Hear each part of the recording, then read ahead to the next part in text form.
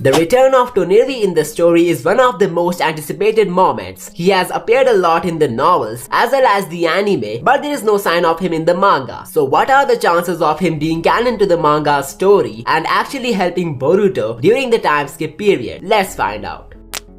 Toneri Otsutsuki is one of the most interesting characters of the story only because he single-handedly foreshadowed the most hyped plot element, alongside making many people believe that the anime and manga could take different directions when it comes to the conclusion of Boruto. The introduction of the Jogan and its absence from the manga has made a majority of fandom believe that the anime and manga are following different timelines, with the anime one having Toneri and the Jogan as key elements, while the manga only being limited to the celestial plot of the 10 Tales, Otsutsukis and their gods. So what possibly could confirm or debunk the existence of Toneri Otsutsuki in Boruto's story? Well, it's of course the writer himself, Masashi Kishimoto. He is known to have a huge involvement in the 8th and 9th episode of the anime, where Toneri and the Jogan made their debut. If this Otsutsuki and this mysterious eye were only limited to the anime, Kishimoto wouldn't have bothered to supervise the script for these episodes. So this means Toneri is actually canon to the manga, and two really big hints to back this claim can be found in chapter 79. It was the same chapter where omnipotence changed everything for Boruto, but what if I told you this incident was already foreshadowed by Toneri in the anime? The Otsutsuki was worried about Boruto having to face his own destiny, which interestingly teased the omnipotence incident in a mind-blowing manner. If someone goes against their own fate, it means they are living a tragedy and the circumstances are really hard for them. While it was also the case for Boruto, what made metaphorically more sense was him going against his own destiny, being a reference to Kawaki himself. When it was said that he would face destiny as an opponent, it meant that he would face a person who would be living the privileges of his fate. And as we know, omnipotence exchanged the identities of the Kama brothers. The same must have been the case for their destinies too. Boruto's main opponent right now is his own destiny, personified as Kawaki. This means the predictions and prophecies of Toneri are actually canon to the story. But what's even more interesting is the second hint from this chapter, which solidifies the possibility of Toneri being canon to the manga. Momoshiki said to Boruto that Otsutsuki gods have rewrote humanity's history, which means these beings must have obviously arrived on the planet at some point in the past. Toneri in the anime predicted the arrival of gods on the planet, and as some people think he was referring to the Otsutsukis, that's not the case here at all. Firstly, because he wouldn't regard the members of his own clan as gods, even if they are superior to him. And secondly, when Urashiki came to meet him, he wasn't aware about the existence of the main Otsutsuki family who abandoned them thousands of years ago. This not only proves Toneri knows something about the Otsutsuki gods that Momoshiki mentioned, but also teases their potential return in the story. Those omnipotent creatures could be the last hope against the Shinju trees, and maybe that's what Toneri prophesied on the moon. So why was he so interested in Boruto, and could it be that he has assisted him during the time skip? Well, his core belief in Boruto stems from the activation of the Pure Eye, a dojutsu which is believed to vanish all the forthcoming darkness from the world. The reason I think Toneri knew about this eye could be because he also knew about the gods whose return has been predicted by him. This eye belongs to a deity who has reached an omnipotent stature, and Boruto is just a medium to save the world with it. The realm that he shall be saving could also expand over to the universe depending on the range of the prophesied darkness. Like if it's the Shinjus who are the pioneers of this fateful dark period, then there is nothing stopping them from destroying other planets as well. So Boruto's Jogan saving the other planets, or maybe even the colonies of Otsutsukis from the Shinju attack, is not out of question. Now that we know this descendant of Hamura somehow knew too much about the Otsutsuki gods, if not the main family itself, let's understand his comeback to the story, assuming he's canon to the manga as well. So as of recent, he's trapped within the Dragon Palace Sea, where time ceases to exist for 1,000 years. So to understand how he would be able to connect with Boruto and make him feel his presence, even though he's trapped in a time freeze, we will need to go back to Himawari, whose special instinct made her feel that her parents are alive, even though they have also got their time frozen in Kawaki's dimension. Himawari shares the same physiology as Boruto since they are siblings, and even Momoshiki said he possesses a lot of Otsutsuki power. So this could only mean one thing: he was only able to meet Toneri in a dream back in episode 8, cause he's programmed to connect with the Otsutsuki race. The Jogan is one of the things that reflect his Otsutsuki power. Other than that, he's also compatible to be the vessel of a pure Otsutsuki. So So just like how Himawari penetrated the border of Daikokuten dimension to feel the presence of Naruto, Boruto must have a similar instinct that would connect him to the Otsutsuki, whose time has been frozen on the moon. Kinda similar to how Momoshiki talks to him, however the medium would most likely be a dreamland type of thing, just like how it was shown in the anime, where things could go beyond the telepathic talk, as there is a theory of Boruto going to the moon just to save Toneri. Well, as I have stated couple of times in the past, this promo art had the surface resembling the moon, hinting at a reunion of Boruto and Toneri. I theorized him escaping the planet to train with the allied Otsutsuki on the celestial body, and this theory still has some weight to it. The person who took Boruto away from the shadows after Sasuke is Kashin Koji, and how he links up to Toneri is pretty interesting. But before I explain that, please subscribe to the channel, as there is a majority of you who are missing out quality Boruto content by not subscribing. Also hit that noti bell, and let's get back to the video. Amaru, the scientist who could turn out to be the Black Zetsu of the story, was known to have intel on every Konoha shinobi. He recognized Mitsuki as the son of Orochimaru without even meeting him in real life. What's crazy is that he's behind the creation of Kashin Koji. He literally took out the DNA of late Jiraiya and turned him into a clone who shares a similar destiny. So I think Amaru must have some knowledge about Toneri as well, only because he somehow knows too much about this mysterious clan. There's no way he won't be aware about Hamura and his moon descendants, and Koji, being the right hand of the scientist, might have used this secret knowledge to grant Boruto the only way to become stronger and escape with the moon using the flying Raijin and unsealing the Otsutsuki, who would unveil the secrets of the universe to him. Even the Uzuhiko technique hints at the same in a fairly weird manner. This technique is known to utilize the rotation of the planet in dealing with opponents, so he must have studied the movements of Earth in order to learn this ability. And what's the best place to do so? Well, you guessed it. As shown in the anime with this frame of Toneri, the moon is the perfect place for Boruto to study the rotation of the planet. And maybe that's how the foundation of the Uzuhiko technique was led, an ability which transforms the Rasengan into a planetary variant, making the user a huge nuisance to his opponent. So Boruto learning this power under the guidance of Toneri on the surface of the moon is certainly not out of question. The absence of Momoshiki in the plot also hints at a new Otsutsuki taking over his place as Boruto's alien buddy, this time a well-wisher who wants the best for him. Now let's take a look at some interesting Toneri theories. You all know Code's claw marks are a Shinjutsu, which means he was modified with the Otsutsuki DNA. However, the bold part is that he wasn't immune to omnipotence due to this modification. Something similar could have been the case with Mitsuki. He resembles Toneri a lot, not only by looks but also the Sage mode, which reflects the chakra mode of the moon Otsutsuki. Many people thought Mitsuki getting affected by omnipotence debunked the theories of his Otsutsuki connection. However, that's not true at all. Mitsuki could be modified the same way by Orochimaru as Code was done by Amado. It could even be that his father literally went to the moon to take a DNA sample of Toneri on the condition of making Mitsuki a protector of Boruto. However, the situation backfired with omnipotence and Mitsuki ended up becoming one of his worst enemies. We know Orochimaru had an obsession of uncovering the secrets behind jutsus as well as the knowledge of the unseen, so him traveling to the moon just to get some DNA for his children is totally plausible. This also makes Orochimaru a potential ally of Kawaki, because he was supposed to be helping Boruto in the original reality. If this theory comes true, then the concept of predestined genes might lead to Mitsuki getting sealed sometime in the future. He will dwell the fate as decided by his genetics. This means just like most of the characters, he cannot escape his destiny. Finally, the reason I created this Toneri video has something to do with the cutscene from the Ninja Storm game, where Toneri tells Boruto how he can physically go back to the past and change it. Well, if we assume something similar to happen in the canon story, then maybe Toneri is the key to Boruto traveling back in time in hopes of changing it for the better. The whole concept of Boruto going back to the past revolves around him trying to reach an outcome which doesn't let him down, mainly saving the shinobi world and preventing the worst future from happening. It can also be traced back to the prologue scene where he asks Kawaki if this was the only possible outcome. This means he might have tried to change the future several times but always landed on the same outcome. Maybe this is why his destiny was termed as inescapable by the Shinju. No matter what curve of time he tries to turn around, he can't save his village from getting destroyed, and that's his only fate.